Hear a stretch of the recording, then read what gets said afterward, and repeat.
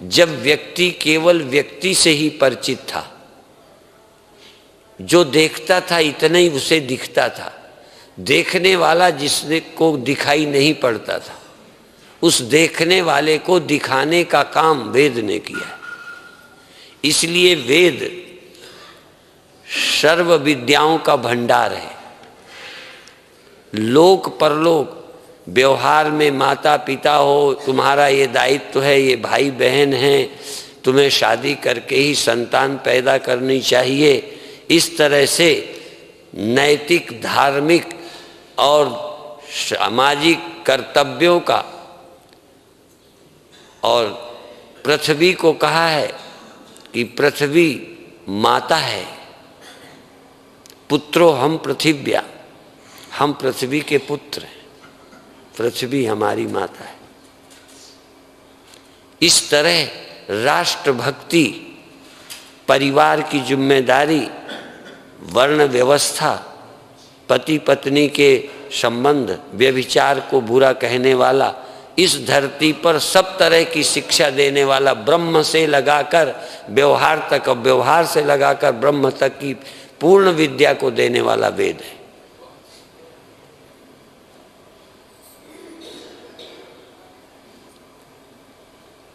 और जो वेद विद्या के अनुसार व्यवहार करता है, वेद विद्या अनुसार स्वयं जीता है, और वेद विद्या की अंतिम समझ मुक्ति,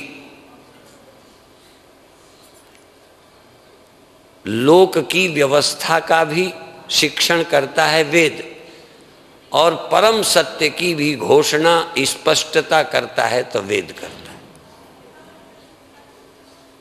उस वेद की लोग निंदा करते हैं। मैं इसलिए बीच बीच वेद की बात कहता हूं कि तुम यहां से जाने के बाद तो कम से कम वेद को गाली नहीं दोगे, और कम से कम वेद को गाली देने वाले गधों की तो नहीं मानोगे।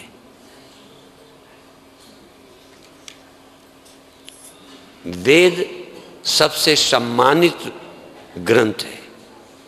पूज्य स्वामी गंगेश्वरानंद जी ने वेद की टीका करके जगह जगह वेदों को मंदिरों में रखवाया है।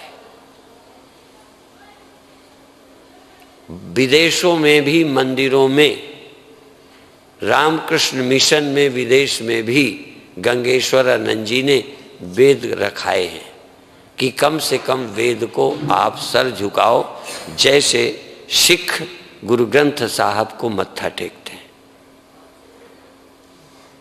इसी तरह आप सबको वेद को सर झुकाना चाहिए।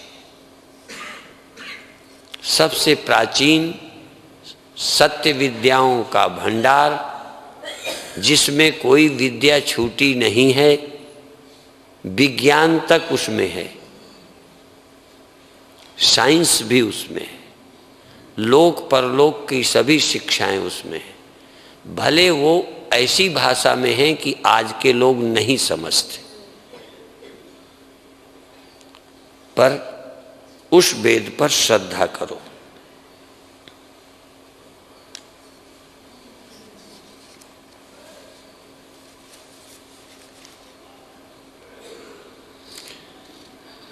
लिंगम चानेक संयुक्तम चलम दृश्यम विकार्य। स्थूल शरीर तो मांसादि का है ही, पंचभूतों का बना है, लेकिन लिंग शरीर माने सूक्ष्म।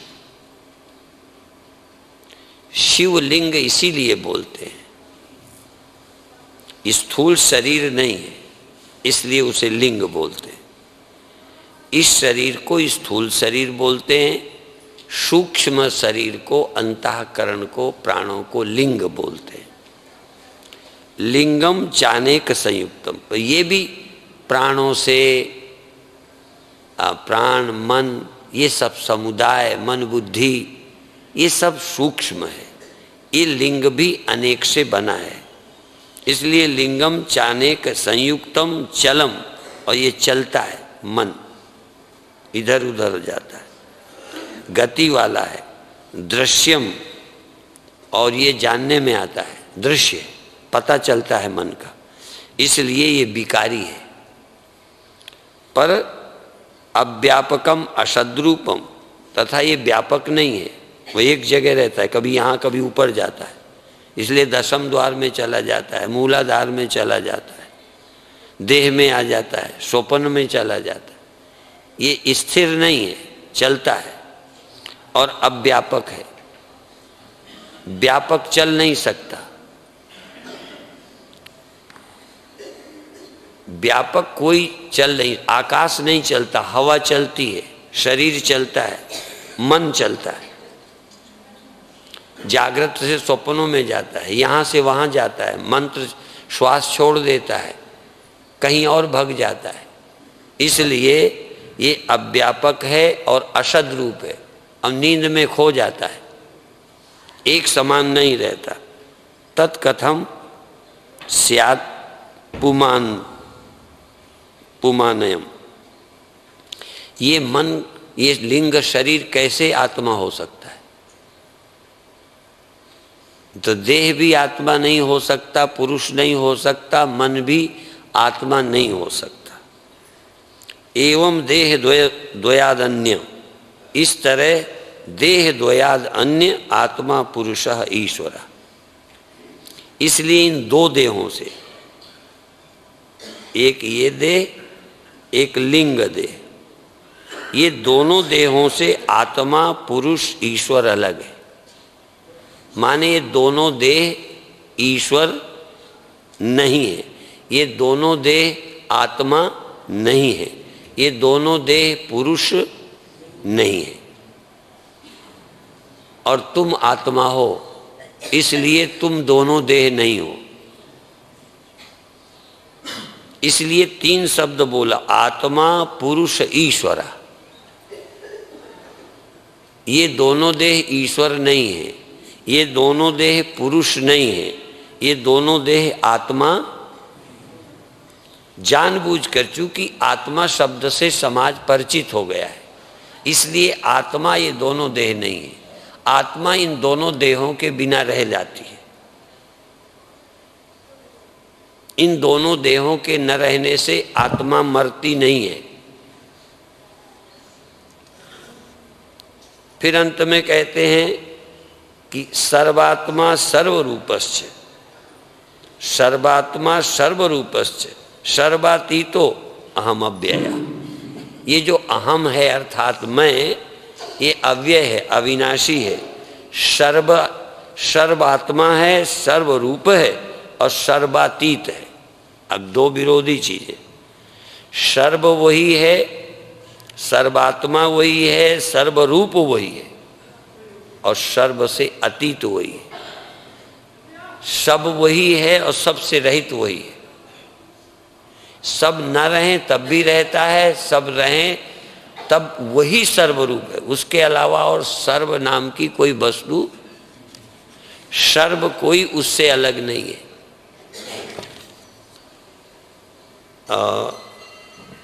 अब अभी यही थोड़ा ध्यान करते हैं, बाकी दूसरा प्रकरण दूसरी सभा में।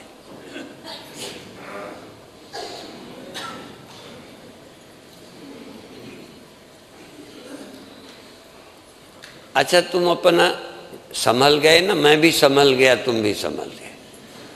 अच्छा, ऐसा करो, शरीर चाहे जैसा रहे कोई बात नहीं, इसको तुम टेढ़े को सीधा मत करो, जैसे इसको चैन हो वैसे। तो ऐसा करने में भी थोड़ी जकड़न कम होती है, अच्छा लगता है। पर फिर भी आप मैं को ढूंढो, मैं कहाँ है। बिना कोई आसन लगाए देखो तुम कहाँ हो, और अभी तुम शब्द का लिंग शरीर अर्थ कर लो। क्योंकि तुम बैठे हो, ये तुम नहीं हो। तुम इस देह को तो छोड़ दो, ये तुम नहीं हो। इसमें जो दूसरा लिंग शरीर है, मन, चलो मन, वो कहाँ है? कहते हो ना चला जाता है। जब मैं तुमसे पूछता हूं तो तुम ये ध्यान देना कि कब कहाँ गया। बस अपने मन के तुम साक्षी रह के ये देखो कि मन तुम्हारा कहाँ है। इस समय जग रहा है, जग करके भी मेरे में है कि आँखों में है कि घर में है कि दुकान में है कि पड़ोसी में है कि बेटे में है, कहाँ है तुम्हारा मन? मन को ढूंढो, मुझे मत देखो, मन कहाँ है और तुम कौन हो। क्योंकि तुम्हारा मन जाता है, तुम जानते हो। आज मन को लगाओ मत, जहां लगे लगने दो, जहां जाए जाने दो। सिर्फ तुम सीआईडी की तरह,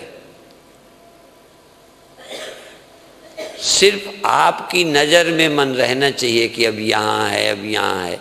कई बार अभी हम लोग जब फ्लाइट में जाते हैं तो कंप्यूटर से वो बताता रहता है, कंप्यूटर से पता चलता है कि जहाज इस समय कहाँ उड़ रहा है।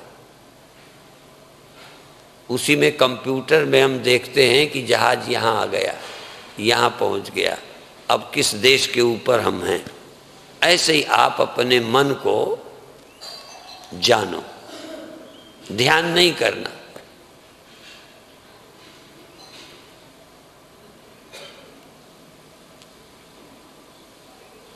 यदि मन का तुम्हें पता न चले तो फिर शिकायत मत करना कि मन परेशान करता है। यदि तुम्हें शिकायत है आपके मन की, आपको अपने मन से शिकायत है कि ठहरता नहीं, इसका मतलब तुम्हें पता चलता है। ठहरता नहीं है, कहाँ ठहरा है, कहाँ चला गया है, तुम जानते तो हो। तुम बहुत बेईमान हो, कभी कह देते हो हमको तो मन का पता ही नहीं चलता, कभी मन की शिकायत करते हो। जिस लड़के को कभी देखा नहीं तो उसकी शरारत कैसे देखोगे? आप उस मन को जानो कहाँ है, और तुम ये कहो जहाँ मन है मैं मन के साथ हूँ। नहीं तो मन को कैसे देखते? तुम बाहर कहीं दुनिया में रहो, मन कहीं रहे, कैसे जानोगे? अंतर्यामी मन में होगा तभी जानेगा। तुम जागृत में न होते तो ये जगत न दिखता, तुम स्वप्न में न होते तो स्वप्न न दिखता, तुम मन में न होते तो मन न दिखता। यहाँ दिखने का अर्थ आँख से देखना नहीं है, पर मन का पता चलना ही मन का दिखना है। बस एक आध मिनट में घबरा मत जाना, मन के तो पीछे ही पड़ जाओ तुम। लोग कहते हैं ये तो हमारे हाथ धो के हमारे पीछे पड़ा है। हाथ धो के जानते हो कैसे पड़ा जाता है? हाथ धो के पीछे पड़ने का मतलब खाने को तैयार है। हाथ धो के क्या करते हो? बोलो। बस हाथ धो के पीछे पड़ने का मतलब ये हमें खा जाएगा। हाथ धो के पीछे पड़ते हो, उसको खा लेते हो। तो अब तुम हाथ धो के मन के पीछे पड़ जाओ।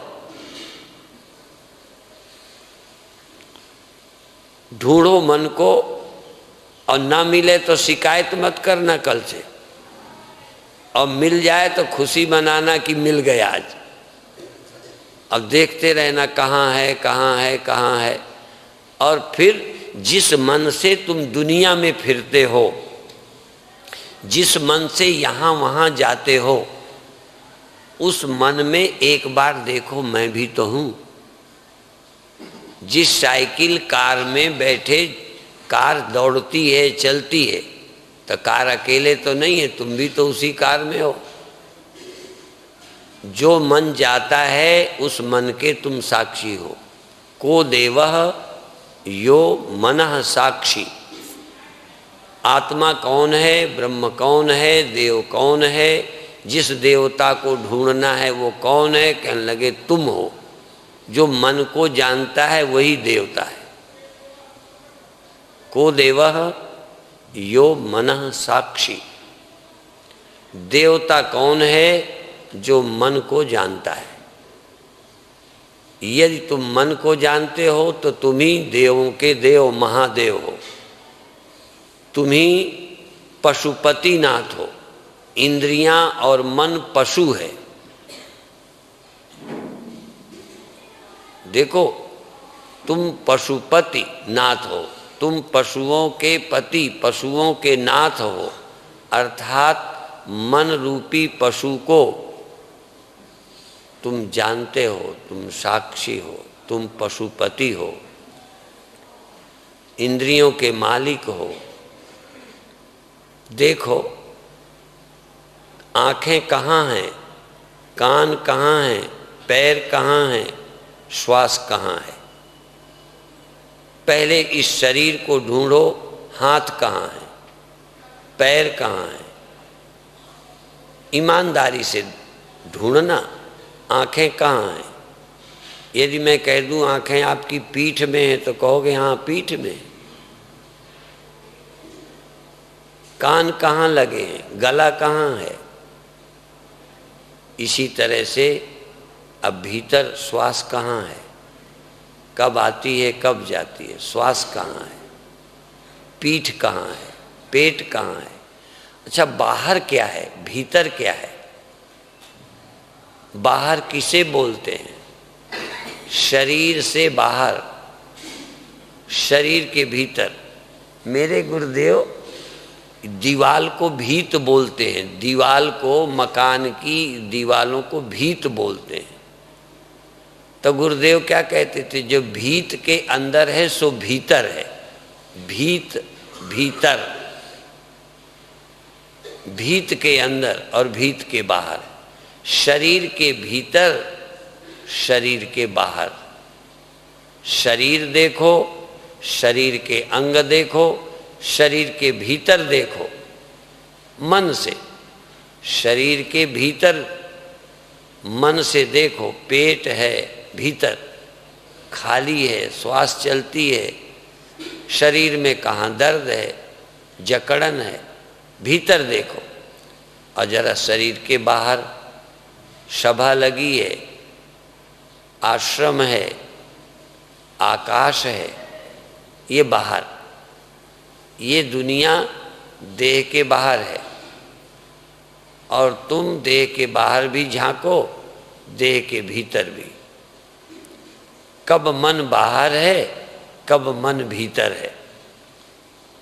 हाँ जरा ध्यान दो, कब मन बाहर है, कब मन भीतर है। और जब मन बाहर गया तो किसने जाना, जब मन भीतर आया तो किसने जाना। मन जब श्वास में लगा तब किसने जाना, मन जब श्वास को छोड़कर भगा किसने जाना। जिसने जाना वो तुम हो। मन जाता है, तुम जानते हो। शरीर रखा है, मन से पता चलता है। भीतर बाहर मन जाता है। पर देखो भगवान, बाहर भीतर एको जानो। बाहर अलग है, भीतर अलग है। मन बाहर जाता है, भीतर जाता है। एको कौन है? साक्षी। बाहर हो मन तो, भीतर हो मन तो, साक्षी एक ही है। एको जानो। बाहर मन गया, भीतर मन गया, मन यही है। मन दो नहीं है। यही मन बाहर गया, यही मन भीतर। हमने सुना है कौवे की आंखें तो दो होती हैं, पुतली एक होती है। कौवे की पुतली कहते एक होती है। उसी पुतली से कभी दाईं आंख से देखता है, कभी बाएं से। तो हमारी पुतली तो चाहे न जाती हो, अंग तो मेरे इधर उधर नहीं जाते, पर मेरा ही मन बाहर चला जाता है, मेरा ही मन भीतर आता है। कौवे की पुतली तुम्हारा मन, यही मन बाहर चला जाता है, यही मन भीतर आता है। यही मन जागृत में रहता है, यही मन स्वप्नों में रहता है, यही मन नींद में जाता है। और तुम नींद में भी, स्वप्नों में भी, जागृत में भी, भीतर मन में भी, बाहर मन में भी। तुम मन को नहीं छोड़ते, तुम सदा मन में हो। हाँ मन ही कभी कभी होता है, कभी खो भी जाता है। मन भीतर, मन बाहर और मन अमन। कभी मन मन नहीं रहता। जहाँ लहर रहती है पानी रहता है, पर कभी कभी लहर खो जाती है। तब भी पानी बिना लहर का रहता है। ऐसे ही ये चेतन, बाहर मन तो चेतन, भीतर मन तो चेतन, शांत मन, अशांत मन, चंचल मन, स्थिर मन, विकारी मन, और तुम इस मन में, इस मन में, इस मन में। मन बाहर गया तो तुम मन के साथ, मन भीतर आया तो तुम मन के साक्षी। मन भीतर आया तो साक्षी कौन? मन ऊपर चला गया दशम द्वार में तो साक्षी कौन? मन श्वास में आया तो साक्षी कौन? मन लग गया भजन में, जाप में, साक्षी कौन? मन नहीं लगा तो साक्षी कौन? लक्ष्य कोई और नहीं है, भजन लक्ष्य नहीं है, बाहर भीतर लक्ष्य नहीं है, लक्ष्य है साक्षी। मन को जो जानता है ये आत्मा ही मेरे ध्यान का लक्ष्य है, मेरे स्मरण का लक्ष्य है, अनुभव का। मुझे इस साक्षी आत्मा का अनुभव करना है। मन का अनुभव, मन के विषय का अनुभव, मन के साक्षी का अनुभव। मन जहाँ जाता है उसका अनुभव, मन जाता है मन का अनुभव, और अंत में मैं साक्षी हूँ। मुझे पता है मन का, मुझे न मन को रोकना है, मन से मुझे कोई लेना देना नहीं है।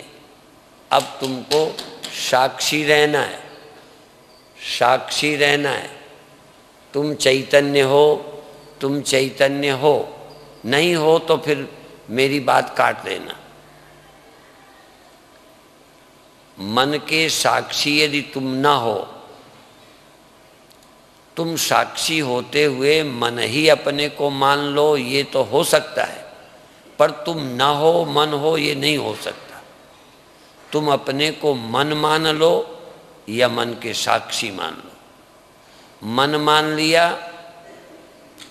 तो तुम मन बन गए, साक्षी मान लिया तो तुम साक्षी हो गए। मानने की गति कही न जाए, मानने की क्षमता बताई नहीं जा सकती। जो मान लो वही हो जाता है। तुम मान लो पापी हैं तो हो गए, तुमने मान लिया मैं दुखी हूँ तो हो गए, तुमने मान लिया मैं चंचल हूँ तो हो गए, तुमने मान लिया मन नहीं है तो नहीं है। साक्षी रह गया, मन गया, चेतन रह गया। मानने का बड़ा महत्व है, सब कुछ मानने से ही हुआ है। कहते हैं जो मन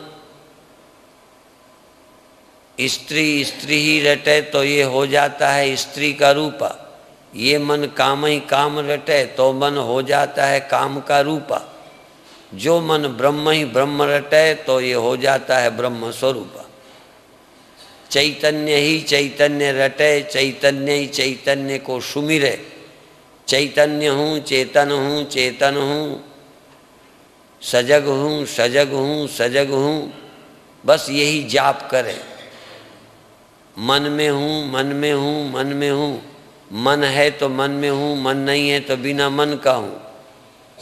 बस थोड़ी सी सावधानी ही तुम्हारी मुक्ति है, थोड़ी सी सावधानी ही साधना है। इसका अनुभव करें, जीवन को धन्य करें।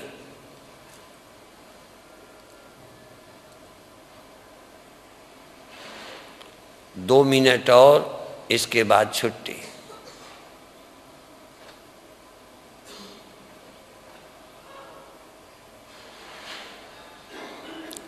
अब तुमसे इतना देह रहे,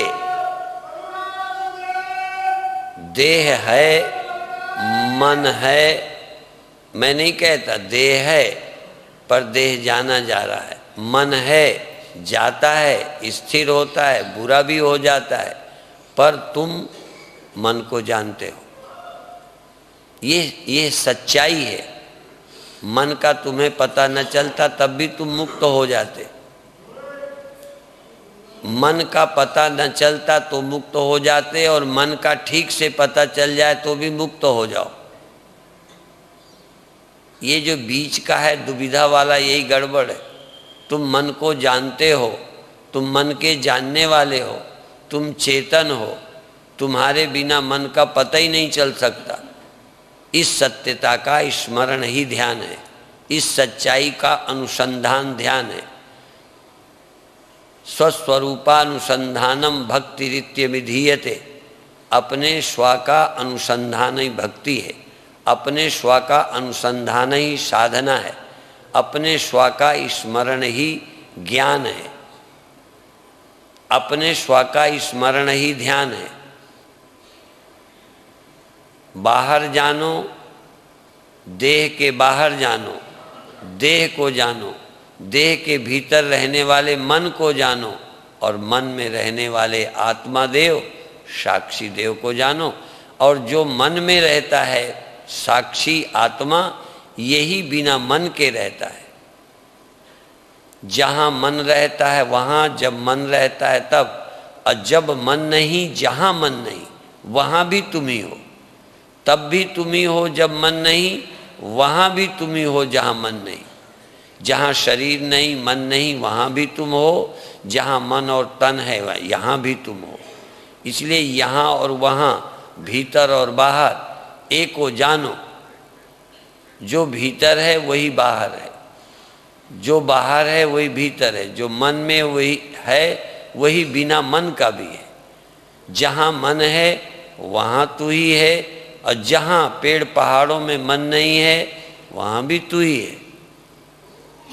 तू ही ब्रह्म है, तू ही आत्मा है। इसलिए सर्वधि साक्षीभूतम, सब बुद्धियों का साक्षी है। बुद्धियाँ अलग अलग हैं, साक्षी सब बुद्धियों में वही है।